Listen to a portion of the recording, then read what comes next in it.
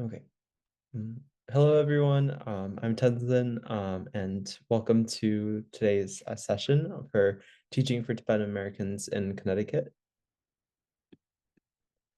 Yeah, so just to start a little bit more about me, I'm Tenzin. I use he, him pronouns. I'm from Naugatuck, Connecticut, but I also grew up in South India. Um, and and yeah, so sorry. And I am a former English as a second language student, and I've spent K through 12 in the Connecticut public schools system.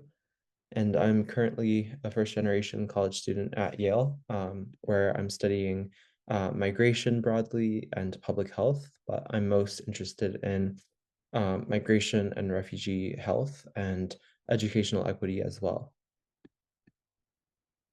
And so I wanted to provide some more context about the Tibetan community within Connecticut and within exile more broadly, but I'm hoping that this is helpful for you as an educator, as you hopefully encounter other Tibetans in the Connecticut public school system. And yeah, so to start just with some history, on the right, there's a map of the different regions of the different regions that are currently occupied by China. So Tibet's right here, East Turkestan, where the Uyghurs are, and yeah, sorry. So following China's occupation in 1959, Tibetans resettled very broadly to India, Nepal, and Bhutan. It was about 80,000 people initially, and then that number of refugees grew up to about over 100,000. And since that initial wave of asylum seekers, like most or there was movement to places like Switzerland, France, and then of course Canada and America. And actually, within America, the 1990s Immigration Act actually offered about 1,000 visas for Tibetans in India, Nepal, and Bhutan. And my dad was one of those people. So he was able to come to New Haven, and he had a sponsor family, as did the other 1,000 Tibetans and their families. And there were about 21 hubs, I believe, that were established throughout America. So these were centers where a lot of the people who had obtained visas through this act were resettled to. So it formed like so-called cluster communities. And yeah, so there were 21 hubs. And I mean, so that was New Haven. And then New York was, of course, one of the bigger ones. So if you've ever been in Jackson Heights, I'm sure you'll find a Tibetan shop, a Tibetan community center, or like a restaurant as well. And in Connecticut, we have all of those as well. And yeah, so after occupation, Tibet has, or Tibetans within Tibet have, like it wasn't like a one-time event, and there are still Tibetans being persecuted within Tibet. Many of us still have family within Tibet that are, um, still like experiencing occupation and persecution, and I just make that note because even though this is historical context, like this is a ongoing issue, and yeah, so it's not so simple, I guess. Yeah. And then a little bit more about the Tibetan American community in Connecticut. So there are folks in West Hartford, New Haven, Hampden, Old Saybrook, and we've even formalized into a Tibetan American community of Connecticut. So that was like the main organization. So that has a lot of cultural events that we host, a lot of gatherings, a lot of um, other events like that. And then there's also a Tibetan monastery in Reading that anyone's able to go visit. It's super like beautiful, and they host a bunch of classes there. So if you're ever interested, I'd look at their website. And then there's another Buddhist center in Middletown, and then, of course, lots of restaurants, throughout Connecticut, that serve Tibetan food. So, I mean, that's just a little bit more about, where folks have been or what folks have been up to after resettling to our state. And yeah, so broader context, so we speak, Tibetan, of course, and it has its own unique grammar and script. And there are Tibetan Buddhists, so that's the predominant language, but there's also folks that practice Bon, which is the indigenous religion of Tibet. And then, of course, there's Muslim Tibetans, Christian Tibetans, and so on. And our spiritual leader is His Holiness the 14th Dalai Lama. So that's His Holiness on the right here. And yeah, and international status. So we're considered a stateless nation. So like with a lot of, think about 150,000 Tibetans in exile globally.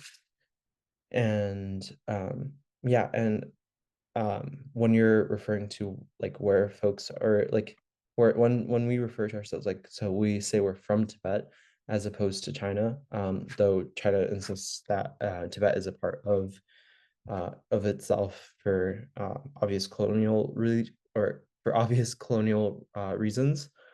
Um, yeah, so a little bit more about key cultural and political days. So onto lighter topics. There's the Tibet Fest at Goshen Fairgrounds. So that's um yeah, so that's, I mean, within Connecticut, and it's open to all. And I highly recommend that you bring yourself and your family as well. And Tibetan New Year is usually between February or March. So it follows a lunar calendar, but it's not the same as like Chinese New Year or like the other lunar New Years. So like it has its own specific traditions.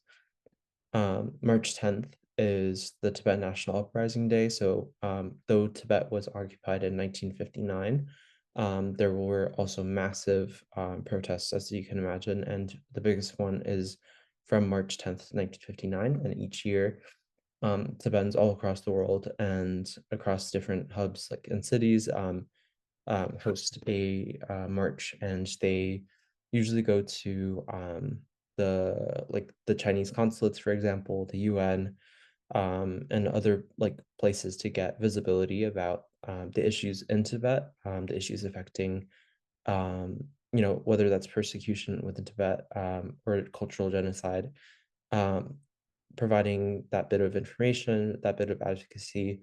So I mean, you might in Connecticut there, I believe, I don't think like it's as big of an organized march as it is in like New York or Boston, but it's something that like you might see your students like participating in. And yeah, and Sagadawa is a religious month, and it follows the life of the Buddha. So during this month, students may fast actually. So yeah, if school's still in session, that's just something to keep an eye out for.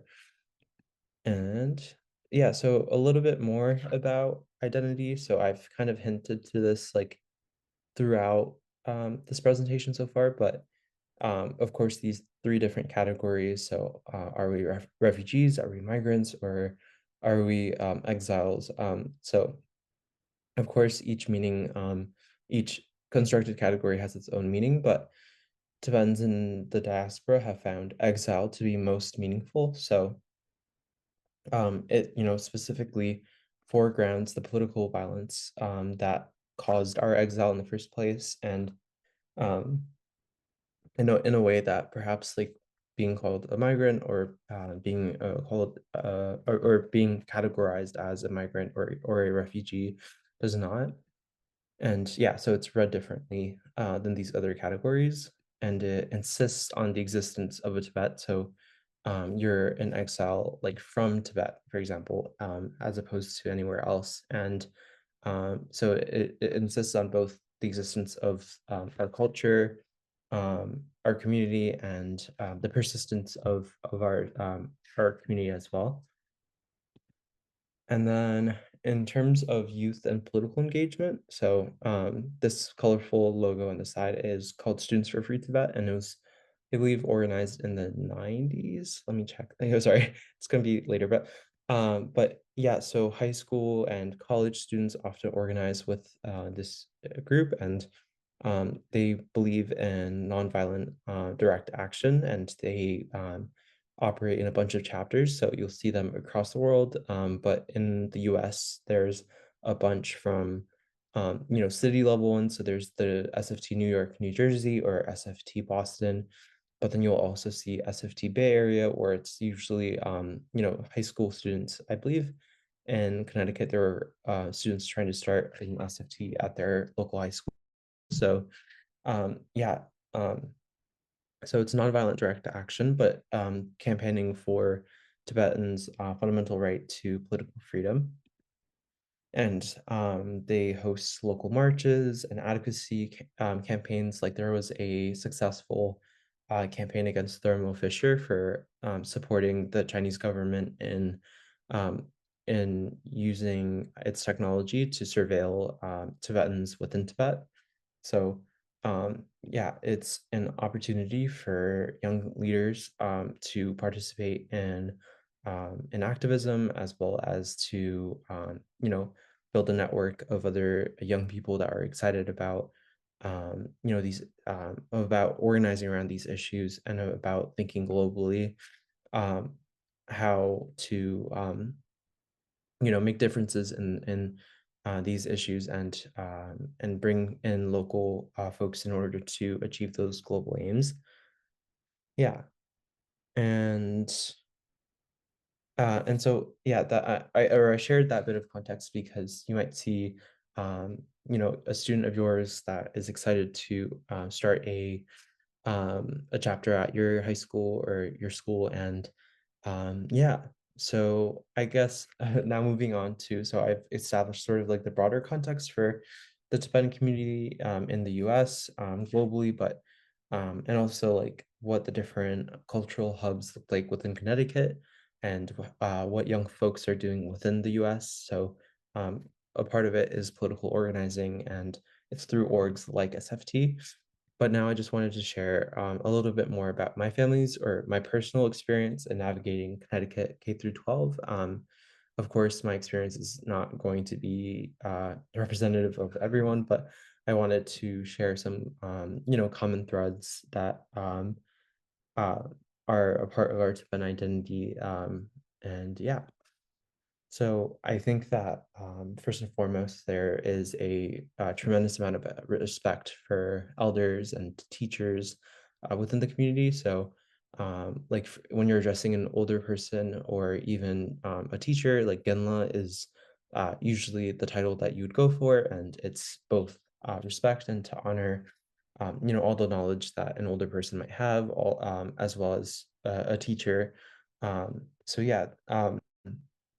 And then students may feel pressure to succeed as representatives of their community. So I remember, I mean, this, I feel, or yeah, like in my conversations with my peers, like this is definitely something that we've felt as young people, especially in America. But like I remember growing up, like what my parents would say, like my mom would remind me, like, oh, like, you have to be on your best behavior because, if you do something crazy, like they're gonna know that like I'm Tibetan, and like perhaps that like and that would reflect onto like the community. And I mean, that's like slightly hyperbole, but I mean it's what my mom would say. But yeah, I think it's true at least that there is that pressure to feel like a representative for your community, especially when there's so few within exile, like globally. So there's that bit of information, and then language barriers. So um, yeah, I remember I was trying to access, I said earlier that I was an ESL student when I was navigating K through 12 in Connecticut. And as you can imagine, it's hard to find a Tibetan ESL tutor.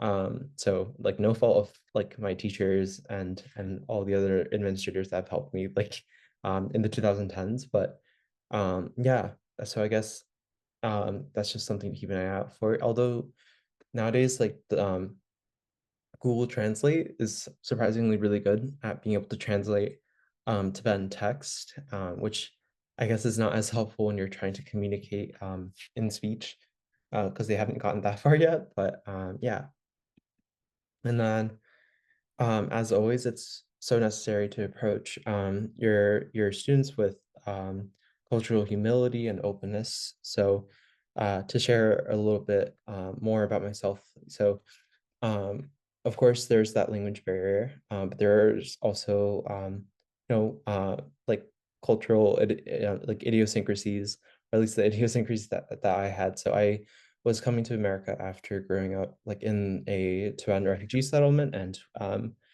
like the culture there was so different. Like everyone kind of viewed each other as like an aunt or uncle, or just like siblings. So I remember and like that bit of like openness and sense of community like extended to everyone. So I remember when I was like freshly 6.5, 7 maybe, I got to first grade um and there's like this like school assembly, and I remember we were all sitting outside, and my art teacher at the time was like also sitting, and I'd gotten up from where I was, and I just went and sat in her lap because, I mean, that was something that was, like, I guess normal, like, for me growing up, and, I'm so grateful that she didn't, like, make a big deal of it. I remember she was telling me, a couple years later, like, "Oh, like, I remember when that happened, I just